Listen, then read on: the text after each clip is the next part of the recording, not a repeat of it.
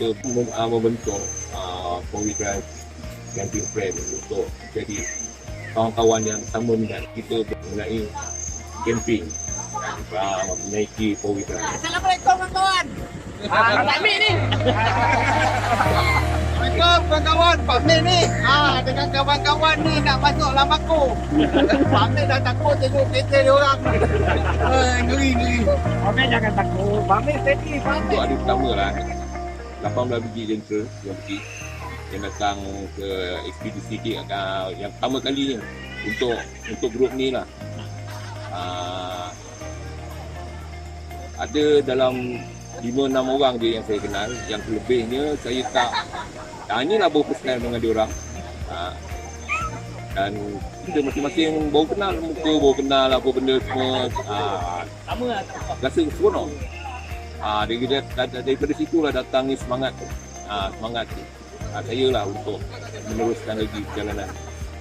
Enjoy. Saya dapat kenal kawan-kawan baru. Yang mana kebanyakannya memang saya baru first time jumpa lah. Yang betul-betul saya kenal Amir Pacat, Mat dengan Bob. Yang lain ni semua baru tu. Tapi kepala bagus.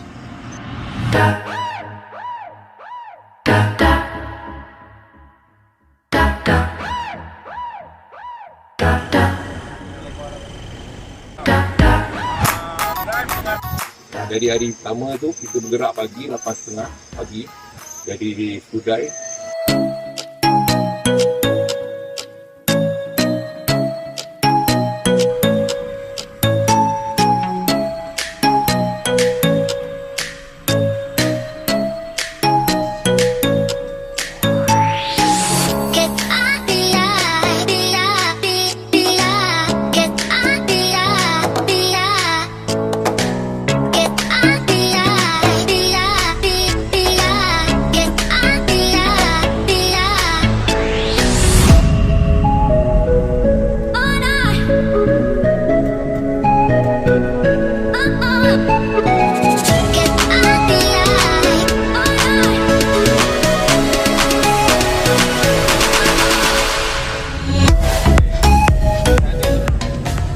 Alhamdulillah, semua rakan-rakan yang mengikuti ekspedisi ini semuanya dah ada pengalaman.